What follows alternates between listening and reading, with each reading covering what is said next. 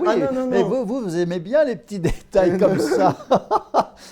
Et ça, c'est des choses qu'il va falloir, il va falloir couper, Ah même non, non, Mallory vous ne dites Nataf. pas, vous dites pas. La pauvre Mallory, il faut la couper, ça.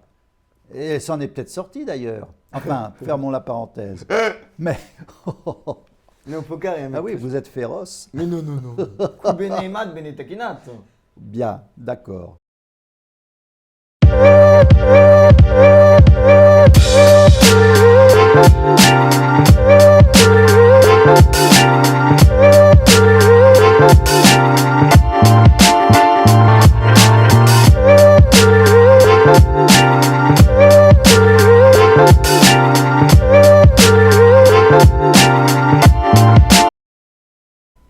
On dit parfois que les draps d'un lit sont une cage de fer, où l'un des insectes combattants doit dévorer l'autre, où se déroule une guérilla sans pardon ni quartier, pleine de surprises, de coups défendus, où chacun rejoue les cartes du combat. Et c'est pour cela que rien n'est moins naturel que le sexe. On sait qu'Hitchcock filmait les scènes d'amour comme les scènes de meurtre, et disait que le désir de jouissance est très proche du désir de meurtre.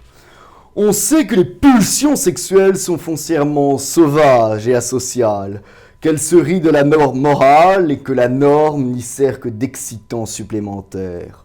On sait qu'il y a érotisme là où il y a tension, dans l'élan créateur de l'artiste, dans le combat ascétique du moine et dans la chasteté nuptiale.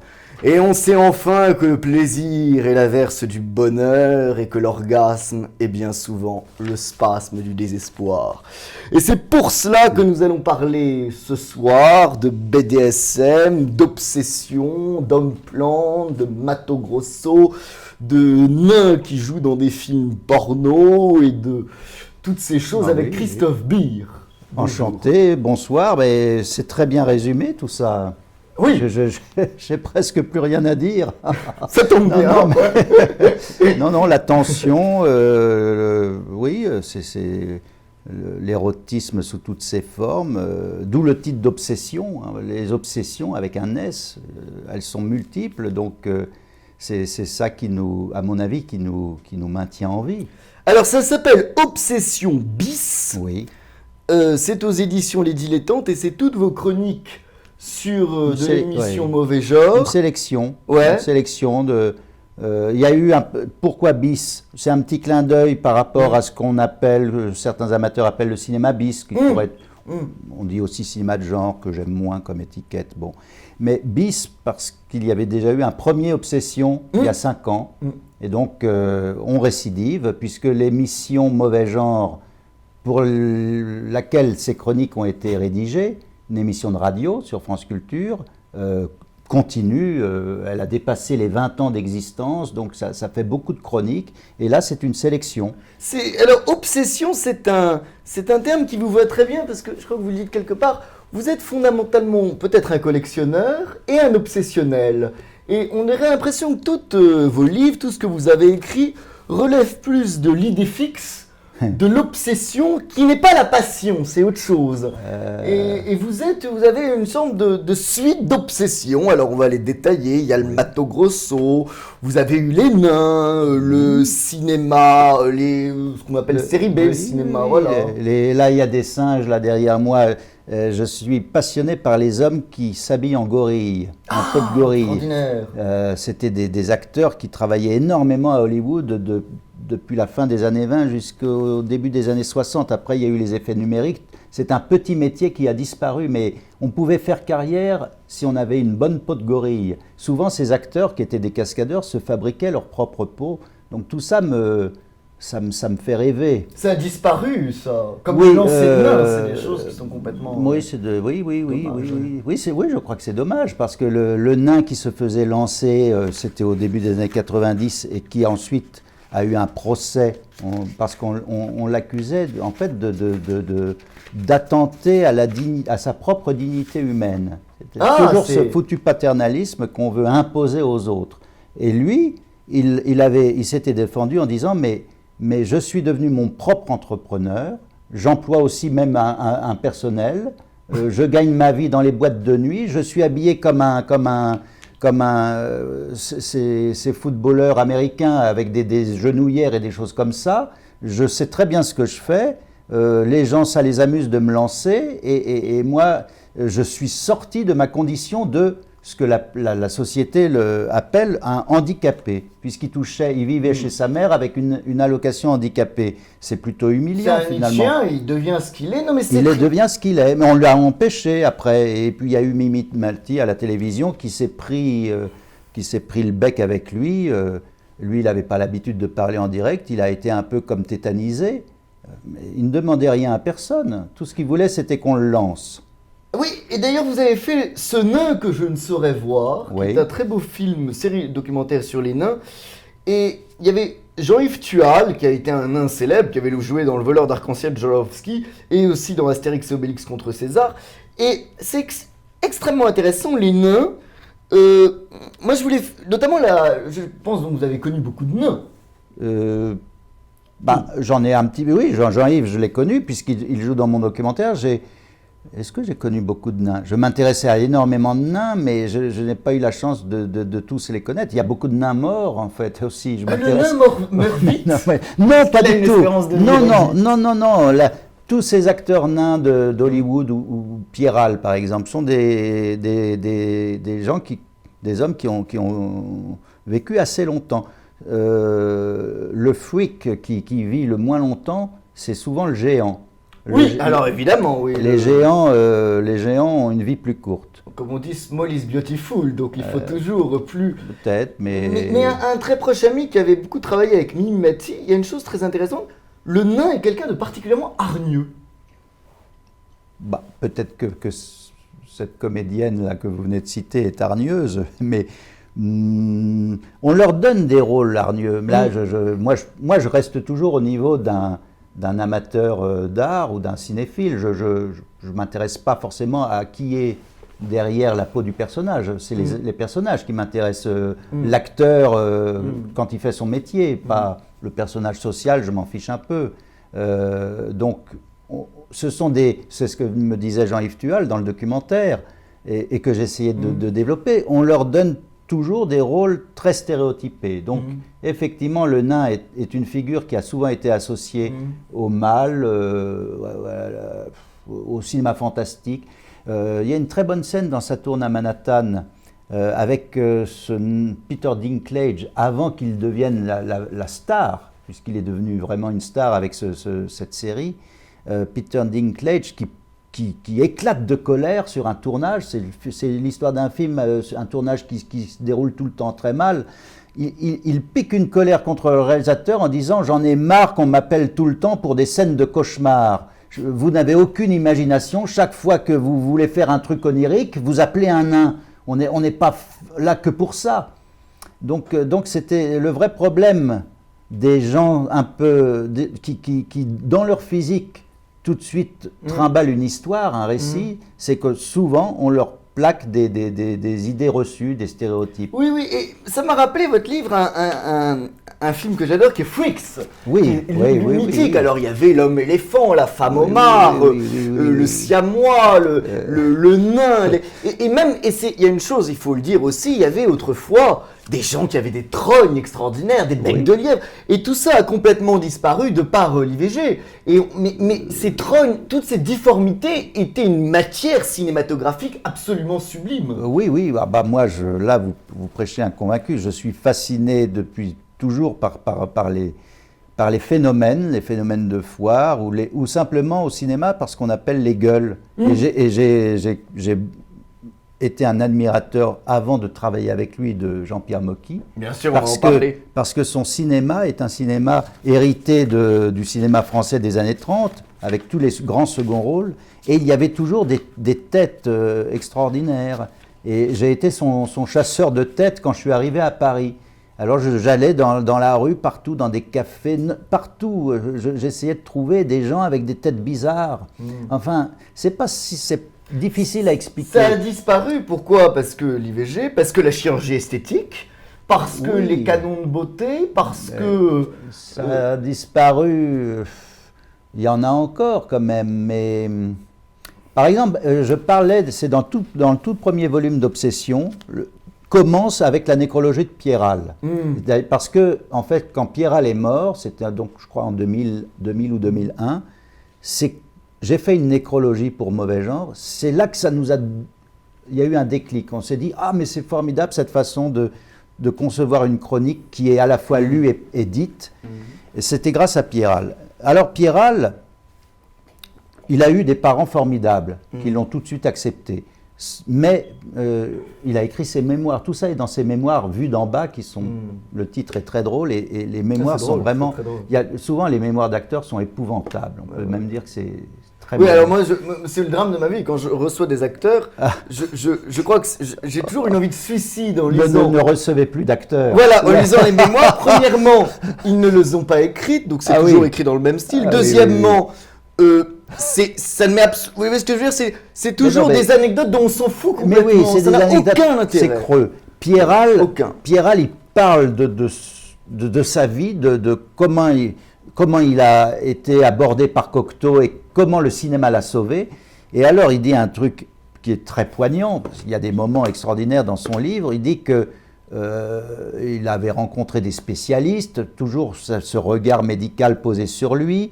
Et puis un assistant social qui dit il faut trouver un métier loin des regards. Il faut que vous vous cachiez. Donc il y avait beaucoup de nains qui étaient assistants horlogers, ils étaient dans des officines. Alors ça avait choqué beaucoup Pierral, et il a choisi tout l'inverse. Tout d'un coup, il s'est retrouvé dans le cinéma en pleine lumière pour conjurer cette fatalité qu'on voulait l'assigner à l'ombre, que personne ne puisse le voir. Et il a fait l'inverse, et ça a été, on peut dire, le nain du cinéma français. Son rôle un des rôles les plus extraordinaires, c'est le personnage qu'il incarne dans L'Éternel Retour, et qui sème la discorde entre Madeleine Sologne et Jean Marais. Et en fait, Pierral a eu une chance inouïe, insolente, c'est de croiser Jean Cocteau sur sa route. Et Cocteau l'a vraiment soutenu dans plein de films. La Princesse de Clèves, ce sont un scénario, dialogue de Cocteau. Est-ce qu'il y a des nains dans des films pornographiques? Bien sûr, oui. Bah oui. Le nain est une source de fantasme. Le nain fait fantasmer. Je cite une chanson des VRP dans le bouquin Obsession bis. Je voudrais être un nain pour avoir une grosse bite. Je voudrais être un nain. Je ne sais plus les paroles, pour avoir une belle trique, mais je ne suis qu'un géant et la mienne est petite. Chef-d'œuvre. Oui. Je n'avais pas repéré celle-là. C'est une chronique sur un livre sur les chanteurs, le punk, le rock. Et donc tout d'un coup, il y a les VRP. Je n'ai pas pu résister à citer la chanson presque dans son intégralité. Elle est très courte, cette chanson. Donc c'est effectivement, on a cette idée que le nain est forcément bien membré. Alors bon, donc ça fait fantasmer. Alors il y a des nains. Debout. Qu'est-ce qui se passe? Mes excuses. Ah bah non, pas du tout, mais c'est bien, c'est les joies du direct. Climat, Dieu se venge. À moins que vous faites un montage après, non? Oui, d'accord. Oui, parce qu'il ne faut pas hésiter à sabrer. Moi, je suis bavard. Les nains, surtout si vous me lancez sur des sujets comme ça. Alors, dans la pornographie, évidemment, certains ont fait carrière, oui. Certains, et on peut donc effectivement, certains sont bien ardents, oui. Il y avait un nain formidable qui s'appelait Désiré Bastaro. Je parle au passé parce qu'il est mort. Lui, il a fait toute une carrière dans le cinéma pornographique français. Il était antillais, je crois qu'il était antillais. Et donc, ça a été une grosse vedette. Et après, il s'est recyclé dans Le Miel et les Abeilles, la sitcom de TF1. Avec l'actrice qui avait fini en Clochard. Oui, ah bon oui. Vous aimez bien les détails un petit peu croustillants. Non, mais c'est vrai, il y avait une actrice. Vous ne connaissez pas l'actrice du Miel et des Abeilles qui s'appelait Notre mémoire nous fait défaut. Je ne sais pas du tout. Oui. Bref. Non, moi je connais Désiré Bastaro, je suis un peu dans mes obsessions. Oui, c'est ça. C'était Mallory Nataf, qui était l'actrice du Miel et des Abeilles, a pris SDF. Ah bon. Voilà. Dans cette série. Alors, il y a d'autres sujets dont on doit parler.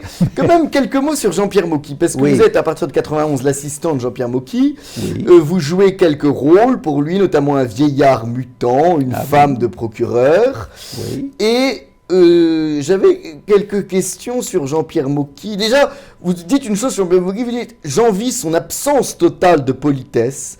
Il est des grands représentants de mauvais genre, et il en faut. » Et il s'en fout. Il s'en fout. Ah oui, il s'en fout. Oui, oui, oui. Il s'en fout. Oui, ça c'était ce que j'avais mis en exergue d'Obsession. Le tout premier volume, toujours disponible, n'oublions pas. Ah oui, tout est disponible. Il faut vendre. C'est disponible où? Eh bien, partout, il suffit de le demander, oui, oui. C'était déjà le dilettante qui avait... Ah, bah, très bien. Voilà, oui. Très bien. Ah, je suis très fort pour faire ma pub. La pub, évidemment. Non, mais oui, c'était... Mais... Enfin, c'est pas gratuit finalement de faire cette petite pub, parce que c'est sûr que Obsession, ça a été un livre important, c'est un peu la reconnaissance de mon travail à la radio, et la première personne à laquelle j'ai pensé pour faire une citation comme ça, c'est Mocky, parce qu'il a été très important dans ma vie, c'est dans ma vie d'abord de cinéphile, et puis ensuite, quand je suis arrivé à Paris, je voulais faire un livre sur ces acteurs. Je suis allé le voir, j'ai sonné à la porte, c'est lui qui a ouvert, c'était un homme extrêmement, on pouvait le voir facilement. Ah oui. Il n'y avait pas d'assistant qui ouvre la porte, enfin c'était lui qui... Il n'y avait pas de meubles chez lui, parce que... Mais il y avait quelques meubles, mais très peu, oui, il y avait 2 étages, donc... Et puis, il y avait un premier étage qui était presque une sorte d'assesse, tout en blanc, avec quelques meubles. Au-dessus de chez Monterland. Certains de ces meubles, il les avait achetés d'occasion dans une vente aux enchères à très bas prix. C'était des meubles qui avaient appartenu à un grand hôtel, je ne sais plus lequel. Donc un hôtel qui se débarrassait de ses meubles, ou qui avait peut-être fait faillite, je ne sais plus. Donc lui, il aimait bien les ventes aux enchères ou les brocantes. Moi aussi, vous avez vu. Il avait des beaux meubles, et il y avait son chien, un labrador, que j'aimais beaucoup, qui s'asseyait sur les meubles, qui se couchait sur les meubles, comme ça. Enfin, les fauteuils, je veux dire, pas les meubles. Des grands canapés. Là, le labrador serait à côté de vous, par exemple. Oui, il manque, d'ailleurs. Moi, avant, j'avais le labrador. C'était l'immeuble de Monterland, je crois. Ah bon, d'accord. Ah, l'immeuble, oui, ouais. C'est au 25 et Voltaire. Voilà, Vue superbe. Et puis, il avait récupéré tous les combles à l'insu de la copropriété. Il s'en foutait. Il sentait un peu mauvais, non? Qui? Mocky. Ah oui, vous aimez les détails saugrenus comme ça. Mais vous l'avez connu. C'est ce qu'on m'a raconté. Ah bon? Ouais. Ah oui, peut-être. Ben, je ne sais pas, est-ce que c'est utile de parler de ce genre de détails? Vous allez garder uniquement tout ce qui est comme ça dans le montage. C'est affolant. Non, mais Mocky avait quelque chose d'incroyable. C'était cette liberté extraordinaire. Et donc, quand vous le rencontrez, que vous avez juste, je ne sais pas, 24 ans, que vous n'avez aucun CV, vous dites je vous admire, je veux travailler avec vous, il vous prend dans votre film, comme ça, sans CV. Je ne sais pas si c'est si courant que ça dans le milieu du cinéma et si ça l'est encore aujourd'hui. Mais en 91, c'était ce genre de personne, producteur, un homme... et drôle. Oui, il faisait vraiment tout. Et moi, j'ai appris mon métier d'assistant, j'ai appris le cinéma à ses côtés, et j'ai énormément ri. J'ai beaucoup appris, j'ai beaucoup ri avec lui, parce que c'était toujours une aventure. Pour lui, la vie pour lui, il ne fallait pas qu'on s'emmerde. Il voulait... Tout était source d'amusement. C'est pour ça qu'il avait fait ce métier d'artiste. Oui, c'est ça ce qui est... Est-ce que peut-être... alors ça, d'ailleurs, je pense peut-être qu'il n'a pas été un grand acteur, parce qu'il y a, je trouve, dans les bons acteurs, par exemple Bernard Ménez, qui est un bon acteur, et par contre absolument pas drôle. Vous voyez ce que je veux dire? C'est-à-dire, un bon acteur doit être un peu premier degré. Un bon acteur doit être un peu con, entre guillemets. Alors que Mocky avait un tel second degré sur lui-même, surtout, que c'était compliqué pour lui d'avoir le premier degré de l'acteur. Non? Il n'a pas beaucoup d'autodérision, Mocky. Il a un regard très dérisoire et absurde sur les choses. Par exemple, il m'a viré, enfin, on a eu une brouille, mais ça c'est typique avec Mocky, quand il a appris que je l'imitais. Il considérait qu'un assistant n'avait pas le droit d'imiter le réalisateur qui l'assistait. Mbir, tu es complètement con de m'avoir imité, mon pauvre. On n'imite pas comme ça son réalisateur, tu es fou alors. Bon, ça ne va très pas. bien. Et alors donc, oui, ben c'est parce qu'un jour sur un T'as plateau, complètement con. tous les acteurs imitaient Mocky. Je les ai tous vus imiter Mocky. Même Lonsdale imitait on va parler de Mocky. Lonsdale. Oui, il imitait Mocky. Attention, moteur. C'était drôle de voir Lonsdale imiter Mocky. Alors Stévenin, Mocky, ça le faisait marrer. Il voyait son acteur l'imiter, il rit. Et puis Stévenin lui dit « Ah, mais votre assistant vous fait encore mieux que moi !» Et là, ça a été la panique. Là, il était foudrage. Donc, pourquoi je vous dis ça d'ailleurs? Parlons sur Lonsdale justement, parce que vous parlez, il y a une D'accord. chronique d'obsession sur Michael Lonsdale qui m'a beaucoup plu. Lonsdale, c'est un monument. Extraordinaire. En plus, sur un film Oui. India Young, d'ailleurs avec Delphine Seyrig, qui a été la seule femme dont il a été amoureux. Absolument, oui. Un amour impossible. Impossible. Enfin, impossible, c'est peut-être pas le bon mot, puisqu'il l'a aimé, d'une certaine façon. Disons que c'est un amour inatteignable. Mais il a nourri toute sa vie, cet amour. Oui. Il disait que comme elle était avec Sami Frey, il ne pouvait pas lutter. Mais ça a dû l'arranger peut-être aussi, cet homme, d'avoir cet amour. Oui. Mais oui. Comme Nous, ça. on avait fait la dernière interview de Lonsdale. Ah, C'était mystique. oui. Ah bah oui. Et c'était... j'ai jamais eu un truc aussi lunaire de ma vie. On était allé chez lui. Ah oui, place Vauban. Alors, il était un peu... Il adorait la morphine, des trucs. Il y avait des seringues partout, des mouchoirs. Ah oui. Alors, on arrivait au milieu de mouchoirs, de seringues, de plaquettes, de trucs, de machins. C'est la personne qui s'est voulu être une bonne sœur. Oui. Qui était une sorte de cateau, vous savez, Oui. Eucharistie, voilà, qui croyait que c'était le Christ pour elle. Oui. Et alors lui, au milieu, arrive cette bonne sœur comme sortie d'un film de Funès, vous savez, les bonnes sœurs, qui nous dit il est en train de rejoindre Dieu, et on arrivait Lonsdale trôné, à moitié mort, avec des seringues partout. Et nous parlant, il ne se souvenait plus de rien, évidemment. C'était il est venu à l'enterrement de Mocky, place Saint-Sulpice, l'église Saint-Sulpice, il était là. C'est parce que ça a été un compagnon de longue route. Mocky est le premier à lui avoir donné un rôle principal dans Snob en 61. C'était un acteur atypique, il avait cette voix incroyable et il était, pour moi, c'est une quintessence du mauvais genre aussi. On n'a pas besoin forcément d'être nain ou d'avoir une bosse ou de s'habiller en gorille pour être qualifié de mauvais genre. Si vous voulez, je crois que le mauvais genre, c'est aller là où les gens ne vous attendent pas, être surprenant, aller au bout d'une idée aussi, aller faire les choses à fond, comme le faisait Lonsdale, qui passait d'un Moonraker avec James Bond à India Song, à accepter des rôles dans des courts-métrages expérimentaux. Ça, je trouve sa carrière remarquable. Et même sa vie est lunaire, parce qu'il était plus ou moins morphinomane, opiomane, ou je sais pas, mais vous rapportez toujours tout à des petits détails. Non, mais ce qui est assez amusant, je trouve. Mais c'est peut-être parce qu'il avait c'était peut-être pour sa santé. Non, je crois qu'il avait toujours été. D'accord. Mais qu'il est fait, alors qu'en plus, il préférait plutôt les garçons et tout, et il a fini dans le Christ. C'est ça ce qui est beau, vous voyez ce que je veux dire? Il y a une chose complètement lunaire, quoi, qu'il a fini presque en saint. Oui. Comme si Oscar Wilde avait fait la dernière partie de sa vie en Dieu, c'est ça ce qui est génial. Pour moi, le rôle de sa vie, il le dit lui-même, c'est non, c'est rien, ça, c'est un truc de religieux, de trucs avec des gens, avec des beaux. Non, je dis du mal de ce film sans l'avoir vu, en fait.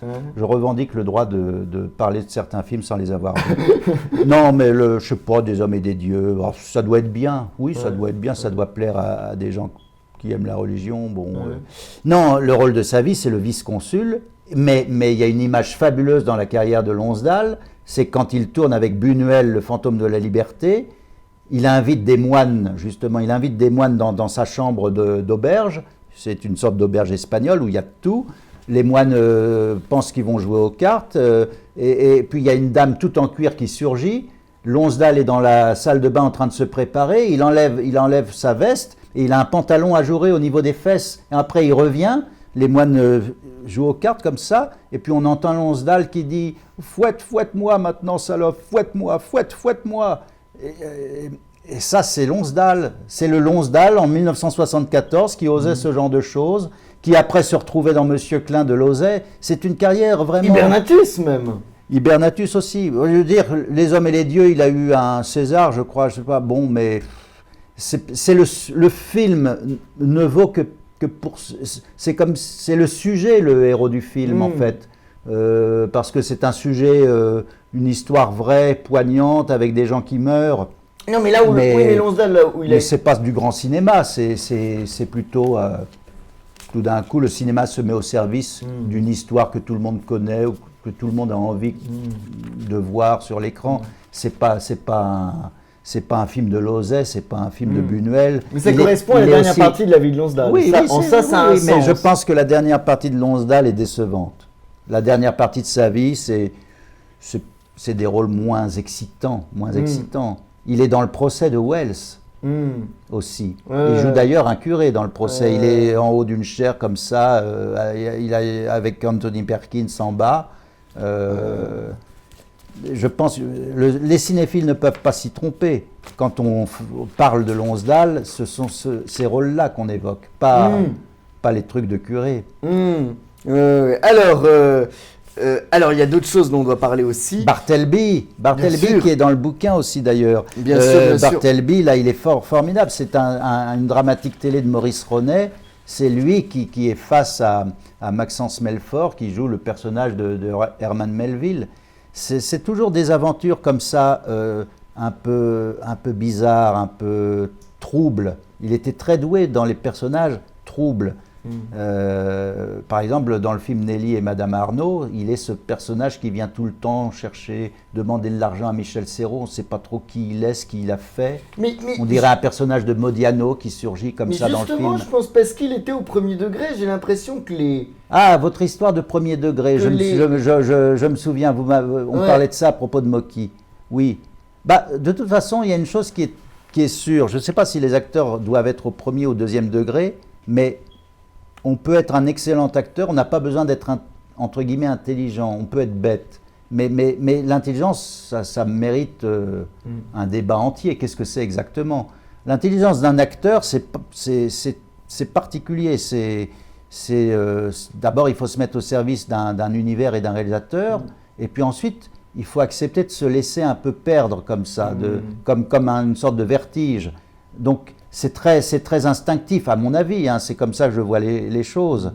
On ne doit pas faire de lecture de texte, d'analyse de texte, on doit être beaucoup plus sensitif. Ce que faisait Lonsdale quand je ne sais pas s'il avait compris au moment de tourner dans Le Vice-Consul. Il est rentré dans la peau du personnage et puis il s'est laissé aller, surtout avec cette scène de cri hallucinante qui a été faite à la radio d'abord. D'abord, il y a eu une pièce radiophonique avant le film. Et ils se sont heurtés à cette scène où il doit crier son amour pour cette femme, Anne-Marie Streeter. Et avec l'ingénieur du son, ils ont déambulé dans toute la maison de la radio. Et Lonsdale qui se tordait, qui hurlait, c'était très très épuisant. Il en parle souvent de ce cri. Et c'est un moment extraordinaire et bouleversant. Je crois que d'ailleurs que dans la bande-son du film, Marguerite Duras a dit que c'était impossible de le refaire à nouveau. C'est le cri de la pièce radiophonique, je crois, dans le film. Et donc là, c'est quelque chose qui est de l'ordre du dépassement. Un acteur, tout d'un coup, n'a pas forcément besoin de réfléchir, il doit surtout se laisser porter par quelque chose d'un peu mystérieux. Je me souviens aussi un autre monstre que j'adorais, Daniel-Émile Forck. Je lui avais posé un jour une question... Je lui avais dit, mais pour tel rôle, comment vous avez fait? Bon, je ne sais plus trop à quel sujet, quel était le rôle que j'évoquais. Et il me dit, je ne me mêle pas du mystère du comédien. Donc ça veut bien dire ça, le comédien ne doit pas essayer de comprendre. Oui, et moi j'en avais pas beaucoup parlé parce qu'on a reçu, j'étais très proche de Philippe Thuet, on a reçu beaucoup d'acteurs comiques et tout. Et par exemple, Bernard Ménez, qui est un excellent cas. Qui a tourné chez Mocky. Voilà, Bernard Ménez, n'a aucun second degré. C'est-à-dire Bernard Ménez n'a aucune conscience qu'il est Bernard Ménez. Bernard Ménez est Bernard Ménez. Oui. Et on a souvent dîné ensemble et on le connaît très bien et tout. Bernard Ménez n'a aucun recul sur lui-même puisqu'il n'a aucune conscience d'être Bernard Ménez puisqu'il est Bernard Ménez. Et pareil, Las Palais, comme Philippe Chevalier m'a toujours dit, Las Palais est Las Palais. C'est-à-dire Las Palais n'est pas un personnage. Las Palais est Las Palais dans la vie et c'est pour ça qu'il est Las Palais. Et des grands acteurs comiques qui ont un génie comique comme une bête de foire, comme un ours, quoi. Oui. Si Bernard Ménez jouait Bernard Ménez, il serait beaucoup moins bon que s'il est. Vous voyez ce que je veux dire? Oui. Voilà. Oui, là, c'est des acteurs. C'est toute la différence qu'on a toujours essayé de faire entre acteur-comédien. Ouais. Donc là, on est plus du côté d'un acteur, quelqu'un qui à chaque fois joue ce qu'il est. Ou bon, Zardy. c'est vrai. Oui, mais Zardy, moi je préférais Attal. Son comparse Henri Attal avait beaucoup plus de poésie. Zardy, puisque vous aimez les choses un peu croustillantes comme ça, Zardy était une langue de pute. Voilà. Ah oui. Pour lui, je ne l'ai jamais entendu dire du bien sur tel ou tel acteur, sauf les acteurs morts. Mais c'est vous qui m'avez raconté une anecdote sur Zardy? Je sais pas, non, il y a tellement d'anecdotes sur Zardy. C'était Christophe Boursier qui... Je sais plus, non, c'est mais vous. moi, Zardy me fait rire parce qu'il a fait plein de films, donc c'est ça qui est drôle. Mais je reviens à nouveau, c'est curieux. Il menaçait les réalisateurs pour jouer. Oui, c'est une légende, il a dû le faire une fois et puis il s'est monté en épingle parce qu'il avait le sens de la publicité. Mais il est dans Bartleby aussi, avec Lonsdale justement. Et là, Maurice Ronet aimait bien Zardy. Il lui a fait des vrais personnages écrits sur mesure. Mais Zardy était plutôt ce qu'on appelle un troisième couteau, j'allais dire un second rôle. Avec chez Chabrol, c'est un second rôle, mais il n'a pas l'étoffe d'un Lonsdale, c'est pas Julien Carrette, c'est pas Saturnin Fabre, c'est juste Zardy. On peut avoir de la tendresse pour lui, pour ça. Quelqu'un comme ça, qui a traversé 30 ans de cinéma français. Bon.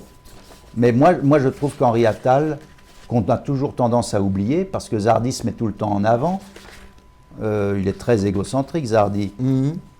Attal me plaisait beaucoup plus. Il avait beaucoup plus de fantaisie. C'est ça, oui, il était beaucoup plus lunaire, il était plus surprenant d'ailleurs, plus trouble. Oui.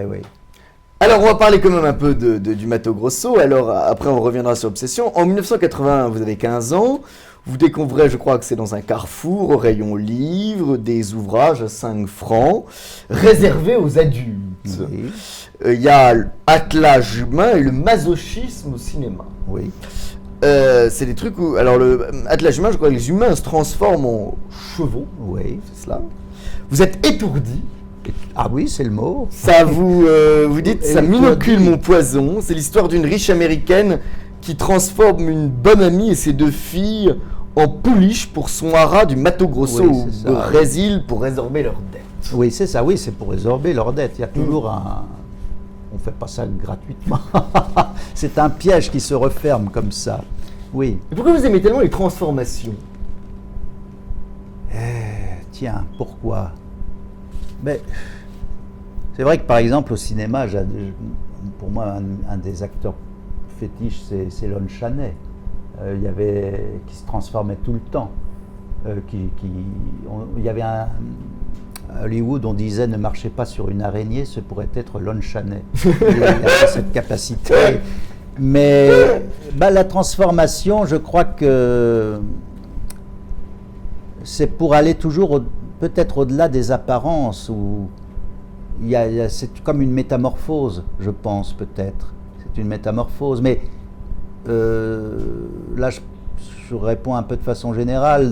Dans le cas précis de ces romans, c'est plutôt de l'ordre du sadisme. Mais en même temps, peut-être que tout d'un coup, ces hommes et ces femmes qui se retrouvent dans un haras vont découvrir leur véritable nature, une nature de soumission, je ne sais pas. Mais la transformation, moi je trouve ça toujours assez c'est cinématographique, c'est littéraire. Les personnages comme ça s'évadent de leur quotidien. C'est peut-être aussi une profonde haine ou une méfiance tout du moins, haine c'est peut-être fort, mais une méfiance de la banalité ou du quotidien. C'est peut-être ça qui m'a enflammé l'esprit à 15 ans, quand j'ai vu ça. Déjà, la couverture, je vois 2 femmes attelées. Je dis, mais c'est curieux, qu'est-ce que c'est que ça? Tout d'un coup, il n'y avait plus de carrefour, plus rien. L'hypermarché disparaissait. C'est comme si je me retrouvais dans le désert au Mato Grosso. Déjà, tout était... tout d'un coup, tout s'enflamme et on part dans une direction inconnue. Je crois que les transformations ont cette capacité de nous enchanter. C'est comme un enchantement, c'est un sortilège aussi. Et quel est le lien entre les transformations et le BDSM? Alors, moi je préfère dire SM. Je sais que maintenant on dit BDSM, c'est un acronyme américain, bondage. J'aime les choses franches. SM, sadomasochisme. Le reste, pour moi, c'est de la littérature, de la mauvaise littérature. Enfin, c'est du marketing. C'est du marketing. Je déteste le marketing. Donc le SM, pourquoi? Quelle est la question?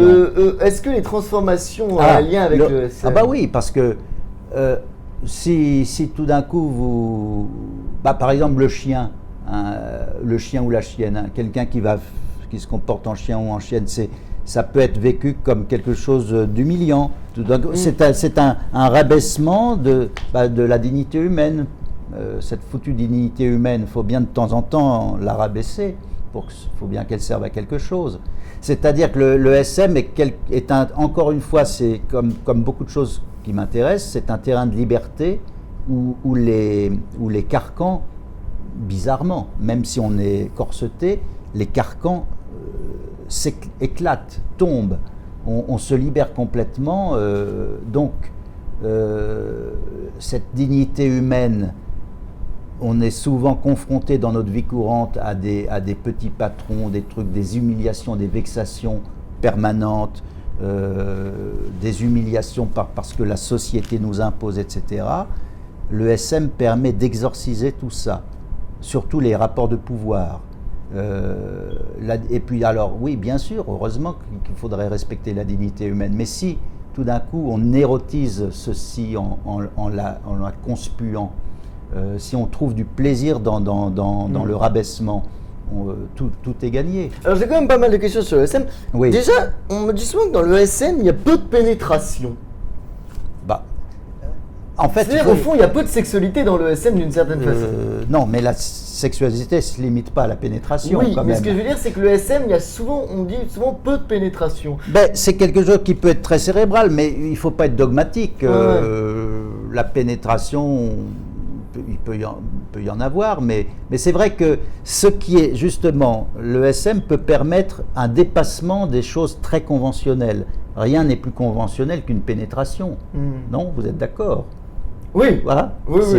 C'est très conventionnel de pénétrer quelqu'un ou d'être pénétré. Si on veut, oui. Enfin, aujourd'hui, ça devient beaucoup moins conventionnel. Donc, c'est conventionnel. Donc, vous voulez un autre café? Non, ça va. Donc, ce qui est drôle, c'est à nouveau, on est devant une sexualité qui nous ouvre des tas d'imaginaires, des tas de possibilités. Déjà, par exemple, un homme, on est souvent assigné justement à un rôle de pénétrateur. Enfin, c'est surtout que l'homme est un animal, pour garder la métaphore, qui est obsédé par sa queue. Parce qu'on nous a éduqués comme ça, de façon à ce que cette queue soit toujours au centre de nos préoccupations. Nous-mêmes, on finit par le croire. Avec le SM, on se rend compte que ça peut être complètement ridiculisé. L'homme découvre d'ailleurs qu'il n'a pas qu'une queue dans le SM. C'est une sexualité qui s'ouvre à des possibilités extravagantes. On n'a même pas besoin de bander dans le SM. Ça, et il y a même une certaine sexualité SM qui se nourrit de la non-bandaison aussi. Parce que ça devient extrêmement humiliant.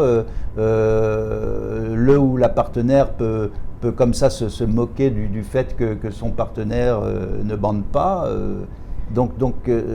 Et on en jouit. Alors, première question, est-ce que... La jouissance, ça n'est pas forcément de bander ou de... Mais je crois qu'il y avait une phrase de Freud qui disait en gros que en quelque sorte, les femmes aidaient la littérature en frustrant les hommes. Et est-ce que finalement le rapport qu'il peut y avoir, disons, masochiste avec certaines femmes, ou sadomasochiste, de séduction, de rupture, d'humiliation dans la vie, dans la drague, dans le jeu de l'amour et du hasard, est-ce que ce rapport-là, au fond, n'est pas tout aussi SM, voire plus que finalement le SM, où les choses sont assez cadrées, et il y a quelque chose d'assez cadré, assez organisé, assez presque contractuel, alors que finalement dans le sexe non SM, comme rien n'est défini, comme le type parfois il va peut-être espérer pendant 6 mois coucher avec madame, rêver de tout, et finalement il va rien se passer, le type va se faire humilier, finalement en termes d'humiliation, ça va beaucoup plus loin que dans le SM où c'est une humiliation un peu jouée et en tout cas un peu cadrée. Oui, il y a beaucoup de choses à dire là, mais je me souviens d'un ami qui se plaignait, tout d'un coup il me dit ils m'ont pas payé, pourquoi on ne paye pas, je ne sais pas, c'est comme ça, enfin je sais plus, et je lui ai dit le SM c'est dans le lit, pas dans la vie. Ah oui, donc là, je ne suis pas d'accord sur le fait que le SM est très codifié. Enfin, c'est l'image qu'on en a, c'est la façon dont certains le pratiquent, avec un cadre comme quasiment théâtral, pourquoi pas. Mais même s'il y a quelque chose qui semble rigide, je pense, si ces gens-là sont vraiment des aventuriers du sexe, des aventuriers tout court, ils sont à la recherche d'une faille, d'une émotion, de quelque chose qui va les entraîner. Ils ne savent même pas où. Donc on ne peut pas parler de choses cadrées, comme si c'était figé, comme si tout était écrit comme ça. C'est quelque chose qui, je pense, les véritables amateurs de SM cherchent une émotion qui est non maîtrisable. Est-ce que vous mettriez le shibari dans le SM ? Je sais pas, peut-être, mais je connais pas bien le shibari. Pour moi, je trouve ça très esthétique, mais je ne parle que c'est mon point de vue. Je sais qu'il y a des gens qui éprouvent beaucoup d'excitation, on parle de subspace, je crois, des choses comme ça. Bon. Est-ce que la personne qui encorde éprouve du plaisir? Je trouve ça très fatigant, non? Ça prend du temps, mais moi je connais pas bien, je peux pas parler vraiment du shibari, mais je vois ça d'un œil un peu. J'ai l'impression que c'est beaucoup trop esthétique. Le SM, on pourrait le faire en chaussons, hein, vous savez. On n'a pas besoin de talons aiguilles pour faire. Alors, c'est un peu dommage pour certains hommes fétichistes ou même des femmes fétichistes qui veulent à tout prix que les partenaires soient en talons aiguilles. Mais hein, le véritable rapport de soumission-domination peut très bien être mené et accompli en charentaise. Oui. Ah oui. Ouais. Parce que c'est pas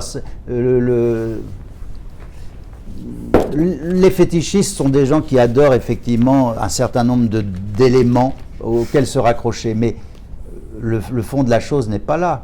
Il faut, si on cherche quelque chose de beaucoup plus profond et viscéral, on devrait être capable de dépasser, surtout si la relation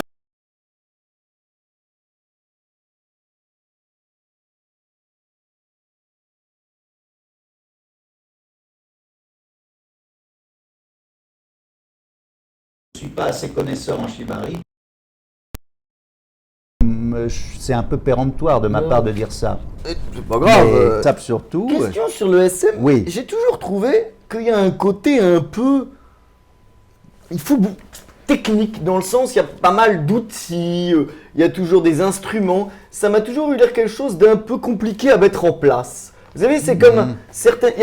Il y a des trucs, c'est compliqué. Voilà, il faut des techniques, c'est chiant, c'est compliqué. Voilà, écoutez, c'est compliqué. Mais de toute façon, il y en a tellement du SM. C'est sûr qu'il y a des gens qui adorent avoir énormément d'outils, peut-être, des pinces et des tenailles et des choses comme ça. Mais quand on est en voyage, il suffit d'une cravache, une petite cravache de poche dans son sac, enfin une cravache. Une trousse de SM de voyage. Un martinet, mais il y a aussi un SM qui est purement... qui se passe d'instruments. Bon, c'est quand même difficile de se passer de coups, mais après tout, on peut, si on n'a pas de martinet, on a la main et on fait mais ça. Mais quand vous voyez ces machines, j'ai l'impression que non, mais on voit toujours le SM dans des trucs très compliqués, etc. On se dit que si on n'a pas été plombier, c'est pas pour devoir le soir faire de la mécanique, quoi. Non, on peut... relisez Saker Mazok, c'est la base de tout. Bon, alors lui, il lui faut quand même une fourrure. Il y a quand même une fourrure, une femme en fourrure, la Vénus à la fourrure. Mais ce sont des rapports de soumission, de domination, qui passent par la parole, par le geste, les yeux. Cette dame n'a pas besoin de grand-chose pour se faire obéir. Et l'homme immédiatement désire être à quatre pattes, tout ça.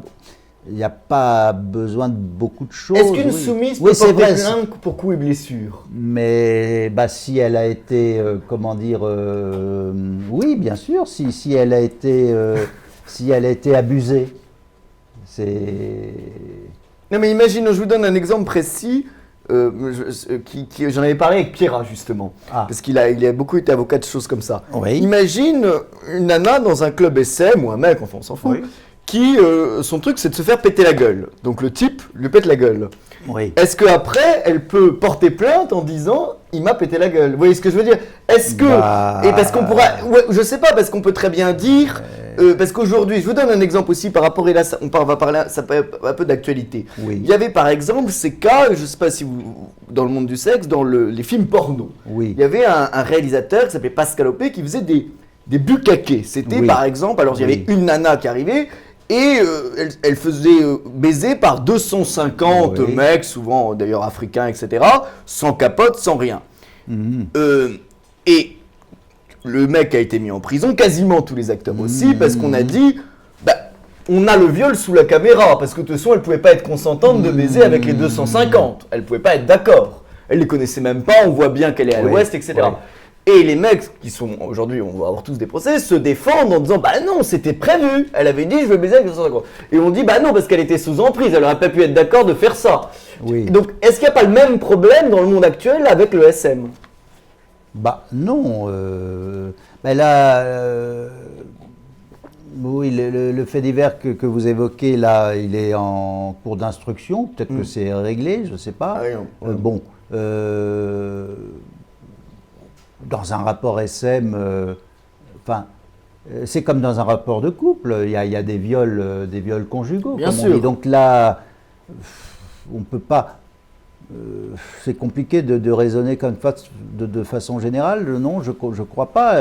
Disons que celui qui tient le manche du fouet a une grosse responsabilité. D'ailleurs, il a beaucoup de travail. Moi, ça me semble beaucoup moins reposant d'être dominateur que d'être soumis. Parce que celui qui domine doit toujours trouver des scénarios, se creuser la tête, etc. Alors que, en fait, finalement, il devrait s'occuper de son propre désir. Donc, il a beaucoup de choses à faire, il a une responsabilité, il doit évidemment ne pas... il doit toujours amener un peu sa partenaire au bord d'une limite, au bord d'un gouffre, puisque c'est ça qui nous intéresse tous, c'est le gouffre, non ? On veut avoir du vertige, sinon à quoi ça sert tout ça, hein ? Alors donc, il faut essayer de repousser les limites, mais il faut aussi être un peu conscient de ce qu'on fait. Mais en tout, c'est pareil pour tout. Le SM n'est pas quelque chose entre guillemets, de spécial. Enfin, c'est un peu plus ça a l'air particulier. Mais pour revenir aux instruments, vous dites c'est compliqué. Mais en fait, je trouve que c'est beaucoup moins compliqué que la sexualité normale. On est d'accord. Où on doit. D'accord. Alors, il faut. Vous parliez. Mais de la même tout à manière l'heure. qu'écrire un livre, c'est peut-être pour nous moins compliqué que de faire de la plomberie, mais c'est pas pour autant qu'on veut faire de la plomberie, vous voyez ce que je veux dire? Oui. Moi, je ne suis pas un écrivain qui dit je pleure en écrivant. Enfin, l'écriture c'est une contrainte, on s'astreint à écrire et c'est un travail. Et ça demande beaucoup. On doit être exigeant en écrivant, mais il n'y a aucune raison de se plaindre d'être écrivain, sauf de se plaindre éventuellement d'être mal payé. Mais à part ça, c'est comme ces acteurs qu'on voit régulièrement sur les plateaux de cinéma, de télévision, et qui disent ça a été très très éprouvant ce rôle. Enfin, de qui se moque-t-on? Quelle indécence! Ils font le plus beau métier du monde. Ils font un des plus beaux métiers du monde et ils disent ça a été. Et ils disent ça à des gens qui n'ont même pas le SMIC. C'est indécent. Ces gens-là sont horribles. Et question sur les écrivains, justement, parce que vous écrivez, quand vous écrivez des scénars, j'ai parfois l'impression que la différence entre un écrivain et un criminel, c'est la question du passage à l'acte. Et finalement, le criminel n'est peut-être pas plus un mauvais type que l'écrivain, mais l'écrivain peut même avoir des pensées bien pires, bien plus perverses, dangereuses. La différence, c'est que l'écrivain va coucher tout cela dans son livre et va expier tout ça dans son livre et va finalement vivre toutes ces aventures, ces drames, ces monstres, ces meurtres, ces viols, ces choses comme ça, ces choses dégoûtantes dans le livre. Alors que le criminel, ou en tout cas celui qui va avoir des problèmes, va, faute d'avoir un goût pour la littérature, le faire dans la vie. Oui. Et si vous, je sais pas, vous avez tendance, je sais pas, vous voulez que votre cheval encule votre femme, vous allez avoir des problèmes. Si c'est dans un livre, vous n'aurez pas de problème, vous voyez. Sauf que et c'est quelque chose qu'on essaye un peu de mettre, on met en garde dans mon avant-propos, je parle de ça, parce que la censure rôde autour de nous. Il y a de plus en plus de groupes de personnes qui veulent légiférer dans les fantasmes. Les fantasmes au cinéma, en littérature, en peinture, en dessin. On a eu encore des cas récemment. Et j'ai un ami, celui qui a fait la couverture du bouquin, qui est Paquito Bolino, qui est un homme pourtant qui a fait ses preuves. Ça fait plus de 20 ans qu'il anime sa structure Le Dernier Cri, qu'il a exposé des centaines d'artistes, qu'il a fait des centaines de gravesines en sérigraphie. Il a un procès en février prochain pour une expo qui s'est tenue à Marseille en 2015. Pourquoi ? Eh bien parce qu'il expose un artiste que moi je trouvais génial, qui s'appelle Stu Mead, un Américain qui vit à Berlin maintenant, et qui dessine donc il y a beaucoup de personnages de petites filles, mais qui sont comme des nymphes. Souvent, il les dessine dans l'eau, avec des cygnes, des choses comme ça. Elles sont à la rencontre, elles croisent des démons sur leur route, des démons cornus, parfois pris à pic. Mais tout ça est dans un univers quasiment de contes de fées. Mais c'est un univers qui trouve ses racines aussi dans la mythologie. Ce sont des nymphes. Mais allez faire comprendre ça à un censeur. De toute façon, moi je me souviens toujours de cette phrase de Delphine de Thon. Si l'on voulait si l'on voulait sculpter la bêtise, on moulerait un censeur. Et comme ça, on aurait... pareil pour Gabriel Maznev, qui a été mis en examen pour viol sur mineur, sans plaignant, uniquement sur la base de ses livres et de ses romans. Et c'est-à-dire qu'en fait, ils ont instruit des faits sur la base de ces romans, sur les personnages de ces romans. Alors, le seul problème, c'est qu'après, ils se sont rendus compte qu'ils n'existaient pas. Ouais. Oui. C'est comme si vous, demain, juge d'instruction, relisez ça et instruisez en disant, regardez, c'est sûrement inspiré, on va le retrouver, ce cheval, il a peut-être souffert. Je dois avoir un hara humain, mais voilà. Et encore, mais oui, mais si mes pony boy ou pony girl sont consentants, quel est le problème? Alors là, je peux vous répondre. La zoophilie n'est pas condamnée. Ce qui est condamné, c'est la souffrance de l'animal. Oui. Plus l'animal souffre, plus c'est condamné. C'est-à-dire, par exemple, un cheval... Non, mais un homme cheval et une femme cheval, si elle est là pour souffrir et qu'elle le souhaite. Un cheval n'aura pas trop mal, une poule aura très mal, c'est en fonction de ça. Bon. Mais oui, bien sûr, bien sûr. Non, mais il ne s'agit pas de torturer des animaux, il s'agit de jouir avec des partenaires humains, mais qui sont en... Je vous parle d'ara humain. Mais enfin, là, on est en train de digresser, mais en fait, je veux revenir à un problème qui, pour moi, est fondamental aujourd'hui, parce que je trouve que ça me fait vraiment peur, et pourtant... On devrait quand même être libéré de tout ça. On est encore à l'époque des fleurs du mal et de Madame Bovary, avec des foutus censeurs qui nous empêchent de lire ce qu'on a envie de lire, de voir les films qu'on a envie de voir, les bandes dessinées qu'on a envie de lire. Et pour quelle raison? Parce que des personnages imaginaires sont en train de souffrir. Faut le faire, c'est hallucinant. Effectivement, vous avez raison, le criminel est quelqu'un qui est beaucoup plus dangereux que l'écrivain et l'artiste. Les artistes sont des gens, on devrait les protéger. Je ne sais même pas, les subventionner peut-être pas, parce qu'après ils vont s'appauvrir, enfin je veux dire, leur art risque de s'appauvrir, ils vont commencer à faire de l'art pompier. On devrait surtout les protéger, c'est-à-dire les laisser tranquilles, les laisser œuvrer, laisser leur imagination complètement libre de tout carcan. C'est ça qu'on devrait faire. Pour ça aussi, je disais tout à l'heure, on ne l'a pas dit assez explicitement, le SM, à mon avis, est une sorte d'art érotique anarchiste. C'est-à-dire que la liberté est totale et surtout le pouvoir est complètement laminé. Bien que ce soit des rapports de pouvoir, mais c'est vraiment mis par-dessus tête.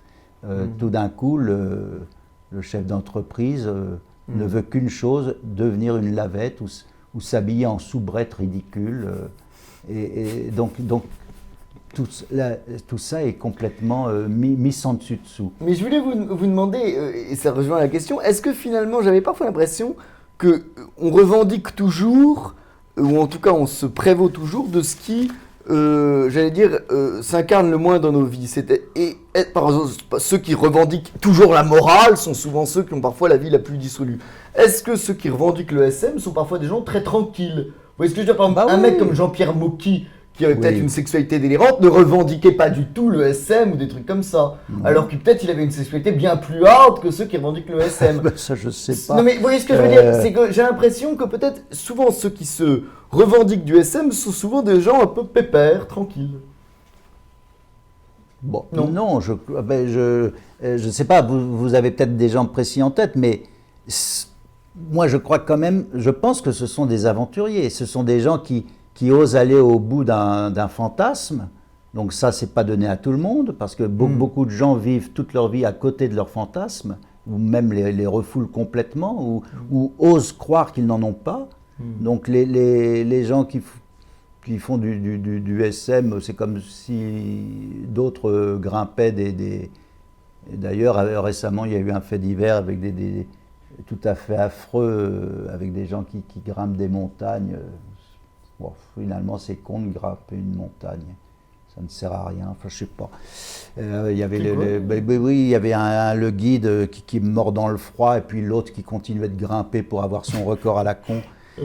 Non, en fait, c'est pour ça. Non, mais oui, je crois, oui. Non, mais c'est vrai, les gens qui font du SM sont moins cons que cette connasse qui grimpe une montagne et qui laisse mourir son comment on dit ça, son Sherpa. Oui, c'est comme les gens qui conduisent vite. Une ivresse et une façon d'être James Dean sans danger. Mais oui, mais le danger, c'est le danger qu'on cherche, qui est un danger qui est de l'ordre de l'ivresse, du vertige. Il n'y a pas que les talons qui sont vertigineux, c'est aussi les talons. Tout d'un coup, on veut aller dans une sorte de perdition. C'est la même chose, l'écriture, c'est ça aussi. Enfin, ceux qui ne cherchent pas à faire des best-sellers sont des gens qui doivent certainement chercher une certaine ivresse, une sorte de... moi, j'aime bien cette idée des gouffres, tomber dans des gouffres. comme ça. Ça fait pas peur, en fait. C'est une émotion qui est très intense. Donc Et vous pratiquez toujours? De quoi? Le SM. Oui, Ouais. j'aime bien le SM, oui. Mais chez vous, dans des endroits spécifiques ou- Non, j'aime pas les endroits spécifiques. Moi, je pratique tout seul, je me fais Oui. du mal. Ah oui, non. Ah oui, mais vous n'aimez pas trop les instruments, non? Ah oui, mais non, mais dès qu'il y a de la mécanique, moi, ça m'insupporte. Non, Je sais pas changer une ampoule, alors. Non, il faut commencer à travailler. non, là, faut que ce soit un jardin secret qui regarde juste les proches. Ouais. Hein, aller dans des clubs, tout ça, ça peut être utile, mais comme je trouve qu'il y a beaucoup d'exhibitionnisme comme ça. Oui. Montrer Ouais. comment on Ouais. est, son costume, tout ça. Ouais. Et est-ce que les gens qui s'automutilent, c'est un lien avec le SM? Vous savez, des gens qui passent leur temps à se... Peut-être, mais là, Une pratique solitaire du SM. c'est assez... il y en a peut-être qui le font pour de mauvaises raisons, hein. Une haine de soi, je ne sais pas, là, c'est un peu extrême, ça. J'ai quelques limites, hein, comme... Finalement, vous êtes... Oui, je suis très limité. Oui. Et est-ce que par exemple, je sais pas, quand Eric Emmanuel Schmitt publie un livre, c'est pas du SM de se faire tant de mal? Oui, vous voulez dire, est-ce que ça rapporte de l'argent à son éditeur? Oui, je Non. sais pas, mais parfois on dit à certains écrivains, arrêtez, surtout faites plus de oui, mal. oui. Quoi. Oui, mais là il est peut-être sadique, cet homme. Il est sadique vis-à-vis de son lectorat, qui est de plus en plus restreint, peut-être. Il les a tous tués. Alors parlons, pour finir, de quelques thèmes qui sont nos obsessions. On va finir parce que comme la promo du bouquin aux dilettantes obsessions, alors j'ai relevé plusieurs choses qui m'ont amusé. Yves Adrien. Oui. Alors Yves Adrien. Pourquoi Yves Adrien? Mais en fait, c'est vrai qu'on parle de plein de gens. Oui, c'est ça. On parle de plein de gens dans le bouquin, mais c'est pas tout à fait exact. C'est qu'on parle de beaucoup de livres qui parlent de gens. Oui, alors c'est un bouquin sur des livres, vous avez raison. C'est des livres, voilà, des films. Voilà, donc, voilà. en fait, je ne suis pas un extraordinaire connaisseur d'Yves Adrien. Je vois très bien qui c'est, surtout que j'ai lu le livre dont je parle. Mais moi, mon travail, c'est souvent de trouver ou de dénicher un livre que je trouve étonnant, parce qu'il parle de quelque chose qui n'a jamais été évoqué avant, que tout d'un coup, il y a un éclairage spécifique sur... Là, ce livre qui fait référence à Yves Adrien, c'est un livre qui avait été unique, qui avait été adressé par Genesis P-Orridge et son groupe à Yves Adrien. Et pour lui, pour son anniversaire, je crois me souvenir. Et un jour, Yves Adrien a apporté ce livre chez ce libraire incroyable, Un regard moderne, pour le vendre parce qu'il devait partir, il avait un avion à prendre, il avait un voyage à financer. Il vend ce livre et tout de suite après, le libraire trouve le client idéal pour ce bouquin. Et tout d'un coup, il y a 3-4 ans, quelqu'un, grâce à ce collectionneur qui détenait le livre sort enfin et ce livre unique devient à la portée de nous tous. Et ça permet de revivre ces années des 75-80, tout ça. Il y a un texte même il ne signe pas Yves Adrien, mais il y a un texte de lui dans le bouquin, il y a un texte du collectionneur. Ça fait revivre le milieu parisien de ces librairies. C'est ça qui m'a intéressé. C'est pas une chronique sur Yves Adrien. On est d'accord. Par exemple, je vais vous dire... Vous avez trouvé des trucs même... Oui, non, c'est juste pour vous donner un exemple, mais vous l'avez peut-être noté. Une de mes chroniques préférées, mais j'en ai même deux, parce qu'elles sont tellement inattendues par rapport à ce que j'aime faire. J'ai écrit une chronique sur les boules de pétanque, sur un livre sur les boules de pétanque. Quand un jour j'ai reçu la prière d'insérer du bouquin, boules de pétanque, non, je l'ai vu en librairie. Ça fait partie de ces livres que j'ai achetés. Je vois ce livre avec en couverture une magnifique boule de pétanque au but. une boule bien... Je dis, mais incroyable, un livre sur ce sujet. Je le feuillette et je trouve qu'il est passionnant. Il y a un entretien croisé entre un fabricant de boules de pétanque, un joueur, un champion de boules de pétanque qui explique... et là, je me dis, j'ai mon sujet. Là, c'est formidable. Ce livre est magnifique. Il y a un travail photographique. C'est comme quand dans les musées, par exemple, là, vous avez ce vase. Tout d'un coup, il y a des photographes. Pas dans un musée. Hein. Des photographes qui mettent des éclairages comme ça pour les masques africains. Là, il y avait des magnifiques photos de boules de pétanque. C'est fou ce qu'une boule de pétanque ne peut pas ressembler à une autre boule de pétanque. Elles ont toute une histoire. Bon. Et là, pour moi, ce qui me fascine là tout d'un coup, c'est que à travers ce sujet, on part dans quelque chose qui est de l'ordre du rêve, de l'imaginaire. C'est toujours ça qui me motive. Et l'autre chronique que j'ai adorée, parce que c'est encore un sujet pour moi inattendu, et puis après, quand on le travaille, on se rend compte que c'est évident. C'est l'élante. Vous savez, ces plantes qui poussent n'importe où, surtout dans les endroits les plus arides.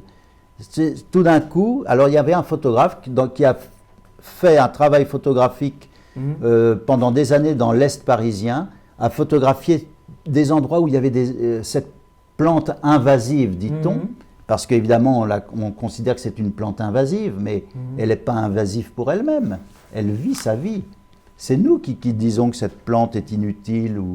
Bon, et le photographe, il prend le parti de ces plantes. Il fait un livre qui est là aussi passionnant, rempli d'informations, de textes, etc. On voit toutes ces élantes qui deviennent pour moi le symbole d'une plante de résistance. Une plante qui est capable de vivre dans des aires d'autoroute coincées entre deux dalles de ciment, là où rien ne peut pousser. Parfois dans des endroits qui sentent la pisse, où le soleil n'arrive pas, dans des fonds de cour, il y a une élante qui commence à pousser comme ça.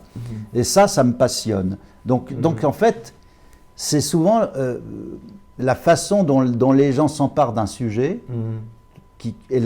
où ils nous mènent, où ils nous conduisent, dans quel rêve ils nous conduisent. C'est ça qui me plaît. Oui, il y a beaucoup de... Vous parlez de livres aussi de choses complètement inconnues que certains reconnaîtront là. Je pense à... Vous parlez du livre entre Nestor Burna et Michel Marmin, de Ludovic Maubreuil, André Héléna. Voilà, de José Benazeraf, de Yann Morvan. Enfin, il y a beaucoup de... Il y a un goût pour... Il y a un goût presque de bibliophile pour les livres rares, ceux dont personne ne parle. Il y a même certains auteurs de livres, je ne pense pas qu'ils savent qu'il y a une chronique sur leurs livres. Oh, si, on leur a dit. D'ailleurs, ça nous fera peut-être gagner des clients. Non, mais la bibliophilie, c'est un peu bourgeois comme terme. Oui, la bibliophilie, le goût des reliures est souvent un truc de gens qui n'aiment pas les livres. Je disais bibliophilie dans le sens de les livres rares. Oui, les livres rares. Je crois que c'est dans ce volume, il y a une chronique sur cet éditeur qui s'appelle Le Chat Rouge et qui a fait un éloge du petit livre.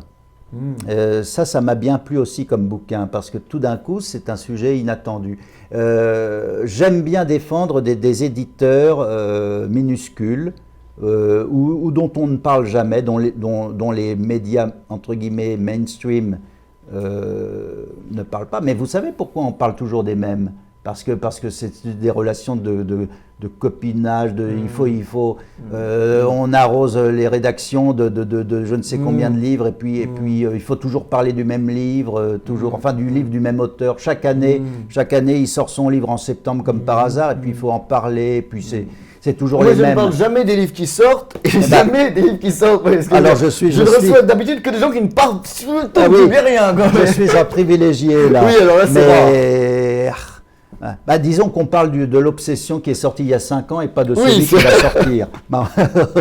Non, mais c'est vrai que pourquoi diable... Enfin bon, c'est le milieu, le microcosme de la presse qui est ainsi mal fait, qui est comment dire, adultérin, avec tous ces rapports, cette connivence. Moi, tout ça, ça m'insupporte. Je préfère aller chercher des éditeurs dont on ne parle pas, parce que de toute façon, c'est logique, c'est presque mathématique. Qui sont les gens qui font les meilleurs livres ? Forcément, disons, il y a des très bons livres qui ne peuvent pas souffrir des millions de lecteurs. Donc, un très bon livre sur un sujet pointu va forcément être édité par un éditeur qui ne cherche pas à vendre 40 000 exemplaires. Bien sûr, alors, il va falloir aller chercher. Le travail du journaliste va consister à se renseigner. Par exemple, tout d'un coup, je vois en province, c'est souvent, il y a des choses en province qui se font. On n'est pas au courant. Je découvre que quelqu'un en province a fait une monographie sur la grande tragédienne du Grand Guignol, Maxa. Alors j'ai écrit à l'éditeur. Est-ce que vous pourriez, pour mauvais genre, est-ce que vous pourriez m'envoyer un livre? Maxa, ça m'intéresse bigrement. Et ça fait une chronique tout d'un coup. Peut-être que certains auditeurs de mauvais genre vont ensuite commander le livre. Moi, c'est ça mon plaisir. Donc oui, il faut aller chercher des... Mais en fait, mon vrai secret, je vais vous le dire. En fait, moi, je n'ai aucun mérite. Je pense que je n'ai pas de mérite du tout. J'ai une liberté totale de mon producteur. C'est d'ailleurs, à mon avis, François Angelier qui a créé l'émission. Je pense que c'est pour ça qu'il... Je pense que c'est pour ça qu'il veut mes chroniques. C'est que il a vu que je cadrais dans son émission, que j'avais cet esprit un peu en biais, un peu sur des chemins de traverse. Donc, ce serait aberrant de me dire, il faut que tu parles du dernier Houellebecq. On n'est pas là pour ça. Il y a d'autres gens qui vont le faire.